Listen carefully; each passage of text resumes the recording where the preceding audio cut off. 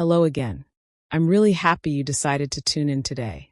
Just a quick reminder, if you like and enjoy the video, please consider subscribing and giving this a thumbs up. It goes a long way in helping the channel. I'd also love to chat with you in the comments. Let me know where you're watching from and what time it is over there. So don't be a stranger. The Moretti estate sat at the edge of Austin's hill country, like a crown no one had been invited to admire. Its iron gates rose 12 feet high, flanked by stone pillars carved with the family crest. A wolf mid-stride, head turned back, watching. The grounds stretched across 4 private acres of manicured lawn and Spanish oak, and the main house was a monument to controlled power. White marble, tall windows, and silence so deliberate it felt like a warning. Helen John stepped out of the black town car and straightened her cream dress. She didn't rush. She never did. At 34, Helen had walked into boardrooms that smelled like old money and quiet threats. She had sat across from men who thought her silence meant weakness, only to watch their expressions shift. Slowly, then all at once, when they realized their mistake. Tonight was no different, or so she told herself. The estate's entrance hall swallowed her whole. Ivory walls, gold sconces casting warm light across marble floors. A vase of white peonies on a console table that probably cost more than most people's cars.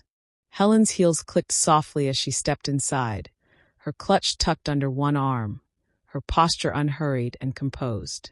She had been personally invited by Eleonora Moretti, the family matriarch. A business matter, the letter had said. A conversation best held in person. Helen had accepted without hesitation. She was still taking in the room when he appeared. Vincenzo Moretti moved the way powerful men always did. Like the space around him had already agreed to step aside. He was tall, broad-shouldered, dressed in a charcoal suit with the jacket held loosely over one arm. Dark hair, sharp jaw, eyes the color of storm clouds that hadn't decided whether to rain yet. He barely glanced at her. That was the first thing Helen noticed. Not his face, not his presence, but the way he looked through her, the way a man looks at furniture he's already accounted for. He was mid-conversation, speaking in low Italian to a man beside him, already turning away, already done with whatever brief calculation he'd made about who she was.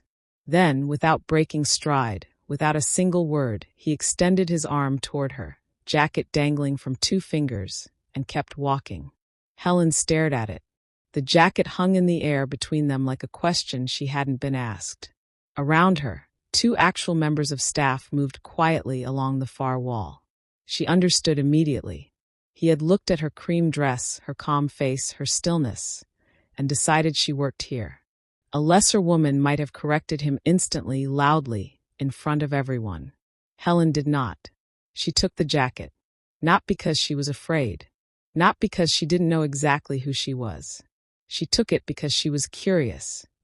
And because in her experience, the moments when powerful people revealed themselves were worth more than any introduction. She folded the jacket neatly over her arm and waited. It was Isabella Russo who found her first. Helen had seen the woman's name in the briefing notes Eleonora's office had sent. Trusted advisor. Close confidant. Isabella was striking in the way expensive things often were. Polished, deliberate, every detail calculated. She crossed the hall with a bright smile that didn't reach her eyes. "Oh, how lovely," Isabella said, glancing at the jacket on Helen's arm. "Could you also let the kitchen know we'll need the Barolo decanted before dinner? And make sure the guest in the east wing has fresh towels." She was gone before Helen could respond. Helen stood alone in the marble hall, a Mafia boss's jacket folded over her arm, holding instructions she had no intention of following. She almost smiled. A soft voice came from the staircase. "You must be Helen." Eleonora Moretti descended with the unhurried grace of a woman who had survived decades in a world that tried to bury people like her. She was elegant and silver-haired, with warm brown eyes that missed nothing. When she saw the jacket, something flickered across her face, not quite embarrassment, but close. "I see my son has already made his first impression," Eleonora said quietly. Helen offered the jacket back to her. He has. Eleonora took it, studying Helen for a long moment. You didn't say anything. Not yet, Helen said simply. Something in the older woman's expression shifted, the faintest softening, like recognition. She had invited Helen here for business reasons, yes. But standing in the entrance hall, watching this young woman hold her composure like a shield, Eleonora felt something she hadn't expected. Relief. Come, she said, placing a gentle hand at Helen's elbow. Dinner is almost ready, and there is a great deal I need you to understand before the evening is over. Helen followed her toward the dining room, past the marble and the gold light and the white peonies. Behind them, somewhere deeper in the estate, Vincenzo Moretti laughed at something, low and unhurried, completely unbothered. He had no idea who he had just dismissed. The dinner bell rang through the Moretti estate, and everything was about to begin. The Moretti dining room was built to intimidate. A long mahogany table stretched beneath a chandelier that cast everything in amber light. Crystal glasses, silver cutlery, 12 chairs, most already occupied by men in expensive suits who spoke in half sentences and understood each other completely. This was not a dinner table. It was a court, and everyone seated at it knew exactly where they stood in the hierarchy. Helen was seated near the middle. Not at the head, where Vincenzo sat. Not near Eleonora, who had been quietly pulled into a side conversation the moment they entered. Helen was placed between a silent man who introduced himself only as Marco and an empty chair that smelled faintly of the same cologne Isabella wore. Helen unfolded her napkin and observed. Vincenzo sat at the head of the table with the ease of a man who had never once questioned his right to that chair. He spoke when he wanted, listened when he chose, and filled the room without trying. Twice, he caught the attention of the entire table simply by going quiet. He still hadn't looked at her. Isabella arrived last, sliding into the empty chair beside Helen with a smile designed to be charming and a presence designed to suffocate. She greeted the table warmly, kissed Vincenzo's cheek as she passed him, and settled in as though she had arranged everything. The room, the guests, the evening itself. Perhaps she had. I don't believe we've been properly introduced, Isabella said, turning to Helen as the first course arrived. I'm Isabella. And you are? Helen John, she said simply. Isabella's smile remained perfectly in place. And what brings you to the estate, Helen? An invitation. From Eleonora. Something shifted behind Isabella's eyes. Just briefly, a tightening, a recalculation. Then the smile returned wider. How lovely. Are you in hospitality? The table didn't pause. The conversations continued. The cutlery moved against china. But Helen felt the question land exactly where it was intended. In the same place Vincenzo's jacket had, quiet and deliberate. We've decided what you are. Confirm it. Helen picked up her wine glass. No. She didn't elaborate. Isabella waited a beat, then turned away, smoothly, as though she'd simply lost interest. But Helen noticed the glance she exchanged with the man across the table. Brief. Coded. Filed away. Halfway through the second course, Vincenzo finally spoke to her. Not directly. He addressed the table, but his eyes moved to her for the first time.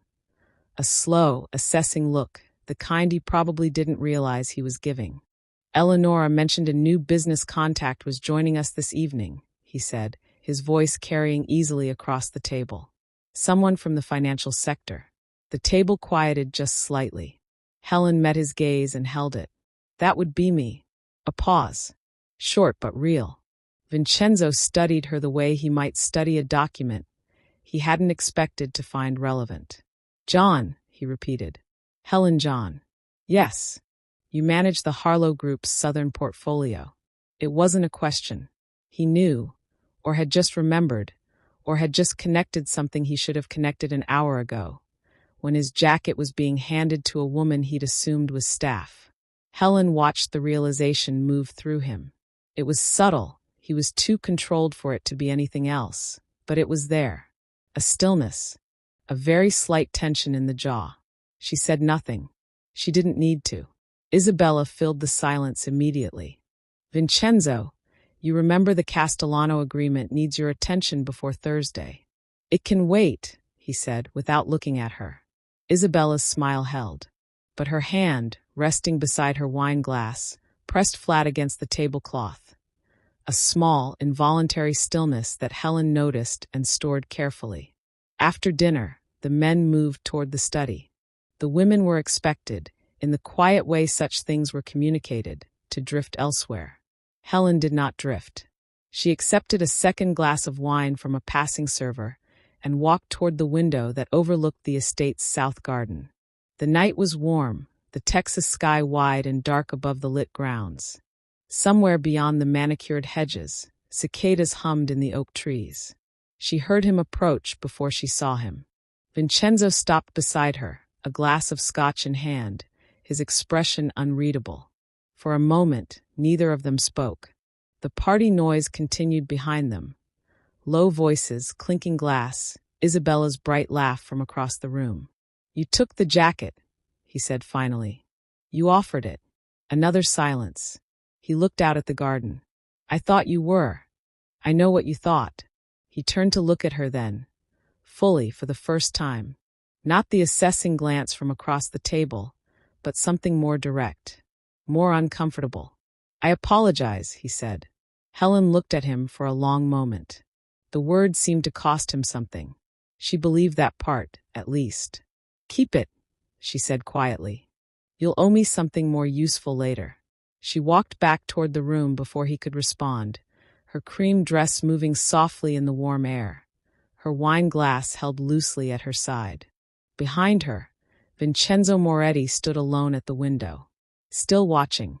But across the room, Isabella was watching too, and unlike Vincenzo, she already understood exactly who Helen John was. Helen didn't sleep well at the Moretti estate. Not because the guest room wasn't beautiful. It was. High ceilings, linen sheets, a window that framed the hill country skyline like a painting. But beautiful rooms had a way of hiding things, and Helen had spent enough years in boardrooms and back corridors to know that the prettier the surface, the more deliberate the concealment. She was at her small writing desk by 6 a.m, coffee in hand, laptop open. The Harlow Group's Southern portfolio was her legitimate reason for being here. A real estate acquisition tied to Moretti-held land along the Colorado River corridor. Clean on paper, valuable on both sides. Eleonora had initiated the contact, and Helen had done her research before accepting. But research had a way of leading somewhere unexpected.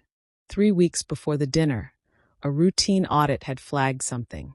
A series of wire transfers, small enough to avoid immediate attention, moving through a subsidiary account connected to Moretti Holdings. The pattern was careful, deliberate.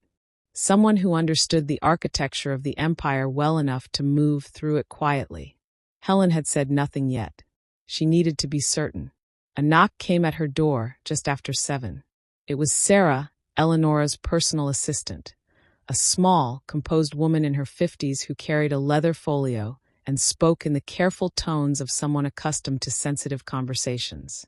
"Mrs. Moretti would like to take breakfast with you privately," Sarah said. "The East Terrace, if that suits you." It suited Helen perfectly. Eleonora was already seated when Helen arrived, a pot of coffee between them and the morning sun cutting long gold lines across the stone terrace. The hill country stretched out beyond the estate wall, cedar and limestone and sky, wide and unhurried. "You handled last night well," Eleonora said, pouring without being asked. "It wasn't difficult. It would have been for most people." The older woman set the pot down and looked at Helen directly. "My son is not a cruel man, but he has spent so long surrounded by people who arrange the world around his assumptions that the assumptions have become habit." Helen wrapped both hands around her cup. "And Isabella?" The name landed between them like a stone dropped into still water. Eleonora's expression didn't change dramatically, but something behind her eyes went careful. The kind of careful that comes not from ignorance, but from a long time spent knowing something you haven't yet been able to prove. "What do you know?" Eleonora asked quietly. "Enough to be here," Helen said. "Enough to need more." A pause. The cicadas were already singing in the oaks below, the Texas morning warming fast around them. Isabella came to us 4 years ago, Eleonora began. Through Vincenzo's inner circle. Presented well. Capable, loyal in appearance, useful in ways that made her difficult to question. She paused. But 18 months ago, I began noticing things. Information that should have been contained was reaching outside the family. Decisions that were delayed or redirected at the last moment. Small things, always explainable individually. But not together, Helen said. Not together. Helen set her cup down. The wire transfers I found trace back to a holding company registered in Delaware. On the surface it's dormant, but it received 3 significant deposits in the last 8 months. Each one timed within days of a Moretti contract falling through. Eleonora was very still. The holding company, Helen continued carefully, has a secondary director. The name is obscured behind 2 layers of registration. But the original filing signature, she slid a single printed page across the table, matches a notarization on file with a law firm Isabella used before she joined your family. Eleonora looked at the page for a long time without touching it. When she finally spoke, her voice was even, but the weight behind it was enormous. She's been feeding the Calabrese family. The Calabreses, the Moretti's longest rival. Quietly patient, strategically ruthless, and for the past 2 years, inexplicably well-informed about Moretti vulnerabilities. Now it was explicable. If Vincenzo sees this, Eleonora began. He'll act before thinking, Helen said. And Isabella will see it coming. She's had 4 years to build her exit. Then what do you suggest? Helen folded her hands on the table. We build the complete picture first. Every transfer, every intercepted communication, every redirected decision. We don't move until the evidence is airtight and the timing is ours. She paused. And we need someone inside Vincenzo's daily operations who Isabella trusts enough to ignore. Eleonora studied her for a long moment. You're volunteering. The acquisition gives me legitimate access. Isabella already thinks she knows what I am. Helen's expression was calm, but her eyes were sharp. Let her keep thinking that. The older woman reached across the table and pressed Helen's hand briefly, a gesture so quiet and genuine it caught Helen off guard. My son doesn't deserve you, Eleonora said simply. Not yet. Helen said nothing. But somewhere in the warm morning air, in the weight of what she now carried, something shifted in her chest, something she didn't examine too closely. Not yet. Upstairs, Isabella stood at her bedroom window, watching the 2 women on the terrace below, and reaching slowly for her phone. 3 days passed. Helen stayed at the estate under the cover of the acquisition. Meetings with Eleonora's legal team, site visits to the Colorado River property, long evenings reviewing documents in the study Sarah had quietly made available to her. She was careful, visible in the right places, unremarkable in the wrong ones. Isabella watched her the entire time. Not obviously. Not in the way that could be called out or confronted. But Helen felt it. The way you feel a camera you can't see. A question asked too casually at breakfast. A comment dropped near staff about Helen's schedule. An invitation to join a group outing that would have taken Helen off the estate for most of Tuesday. Helen declined the outing, citing a conference call. She spent Tuesday instead in the estate's east corridor, where Sarah had mentioned, in the careful, plausibly deniable way the woman communicated everything, that the household server room was left unlocked between 10 and noon when the IT contractor made his weekly visit. Helen wasn't a hacker. She didn't need to be. She needed 40 minutes, and the access credentials Eleonora had quietly handed her in a folded note the morning before. What she found on the internal communications server was not dramatic. It never was at first. It was ordinary, mundane even, until the pattern revealed itself. Emails rerouted. Meeting summaries edited before distribution. A calendar entry for a Moretti family vote, shifted by 3 days without explanation, without record of who had changed it. And one thread, buried under a folder labeled vendor correspondence, that made Helen sit very still. It was between an account registered to a logistics company and a private address she didn't recognize. The language was coded but not sophisticated. Isabella had clearly trusted the obscurity of the location more than the quality of the encryption. The shipment window is closing. He hasn't signed. Delay the Harlow meeting if possible. Keep her occupied. Understood. She's being managed. Helen read it twice. She's being managed. She photographed the screen, closed everything exactly as she'd found it, and walked back to her guest room without changing her expression once. That evening, Vincenzo found her in the library. She wasn't hiding. She was reading, genuinely, a worn copy of a Cormac McCarthy novel she'd pulled from the shelf. When he appeared in the doorway with his jacket off and his sleeves rolled to the elbow, looking like a man who had been in difficult meetings all day and hadn't fully left them yet, he paused when he saw her, then came inside. "You're still here," he said, not unkindly, more like a man recalibrating something. "The contracts aren't finalized," she said, without looking up immediately. He sat in the chair across from her. Not the chair beside her, she noticed, but the one that faced her directly. He picked up nothing. He simply sat, scotch in hand, and looked at her the way he had at the window on the first night, like she was something he hadn't accounted for and wasn't sure what to do with. "The Harlow Group," he said finally. "You built that portfolio yourself. From the ground up, after leaving Meridian Capital." She looked up now. "You researched me. 3 days late," he said. There was something in his voice. Not quite apology, but close enough to its neighborhood to be honest. "I should have done it before you arrived." Helen closed her book. "Yes, you should have." He absorbed that without flinching. She respected him slightly more for it. "Why did you stay?" he asked. "After the jacket. After dinner. Most people would have." "I'm not most people." "No," he said quietly. "You're not." The library settled around them. Tall shelves, warm lamplight, the distant sound of the estate's evening routine. Helen looked at him carefully. The storm cloud eyes. The jaw that held tension even when the rest of him appeared relaxed. A man carrying more weight than he showed. She wondered how much of that weight Isabella had quietly added over 4 years while making him believe he was putting it down. "Can I ask you something?" she said. He nodded once. "The Castellano agreement. The one Isabella mentioned at dinner." She kept her voice even, purely conversational. "How many times has it been delayed?" Something shifted in his face. "Twice." "Who manages that correspondence?" A pause.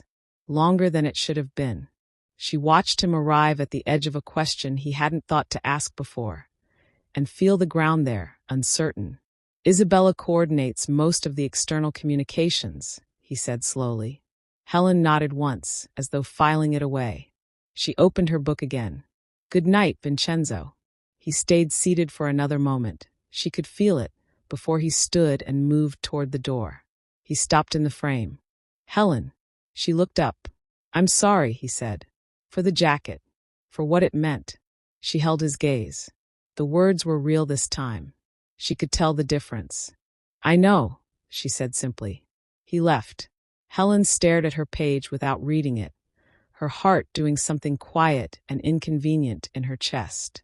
Down the hall, Isabella was on the phone, and the voice on the other end was not a friend. Helen was packed before sunrise. Not to leave, to move. There was a difference.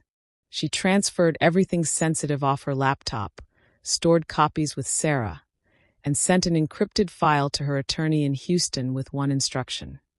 "Open it if you don't hear from me by Friday." Because Isabella had stopped being subtle. Yesterday's breakfast had confirmed it. The questions were sharper now, the smile thinner. Isabella had looked at Helen the way a woman looks at something she's decided to remove.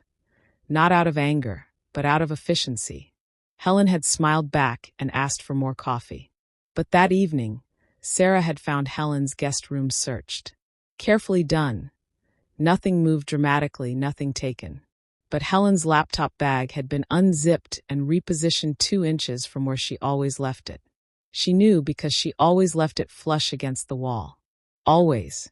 She told Eleonora that night. The older woman's face went very still. She's accelerating. Something spooked her, Helen said. Either she found something, or she's expecting someone. They looked at each other. The Calabrese meeting, Eleonora said quietly. My intelligence tells me there's a sit-down scheduled. End of the week. If Isabella is feeding them information about our Colorado River holdings before the acquisition closes. She doesn't just weaken the deal, Helen finished. She hands them leverage over Vincenzo directly. Eleonora stood and moved to the window. Outside, the estate was dark and still, beautiful and unknowing. We have to tell him, she said. Not yet, Helen said firmly. We tell him now, without the complete picture, and he confronts her tonight. She walks out with everything she knows, and we lose the trail to the Calabreses entirely. She paused. Give me until tomorrow morning. I need one more piece. Eleonora turned. What piece? The name of her contact inside Vincenzo's operation. Helen's voice was steady. Because Isabella didn't do this alone. Someone inside this house has been helping her. The silence that followed was heavy enough to feel. Eleonora closed her eyes briefly. When she opened them, they were clear and decided. Tomorrow morning, she said. Not an hour later. Helen nodded and turned to leave. Helen. She stopped. Be careful tonight, Eleonora said softly. Isabella has been in this house for 4 years. She knows every corridor, every camera, every blind spot. A pause. And she is not a woman who loses gracefully. Helen held the older woman's gaze. Neither am I, she said. She slipped out into the dark hallway and didn't see the shadow that stepped back around the corner 15 feet behind her. Still, watching, waiting. Someone in the Moretti estate had just heard everything. Helen found out who the shadow was by morning. Marco, the silent man from dinner, the one who had sat beside her without offering a single word. Vincenzo's most trusted logistics coordinator. For years with the family. Hired the same month as Isabella. Of course, Sarah had intercepted him at 6 in the morning, heading for his car with a bag he hadn't packed the night before. She hadn't stopped him physically. She'd simply stood in the corridor and said quietly, Mrs. Moretti would like a word. He had stopped. That was how Helen knew he wasn't prepared to go all the way. By 7, everything was on the table. Eleonora's private sitting room held 4 people. Eleonora, Helen, Sarah, and Marco, who sat with his hands folded and the look of a man calculating the cost of honesty against the cost of loyalty to the wrong person. Helen placed the documents in front of him without speaking. The wire transfers, the rerouted emails, the coded correspondence, the Castellano delays. Marco looked at them for a long time.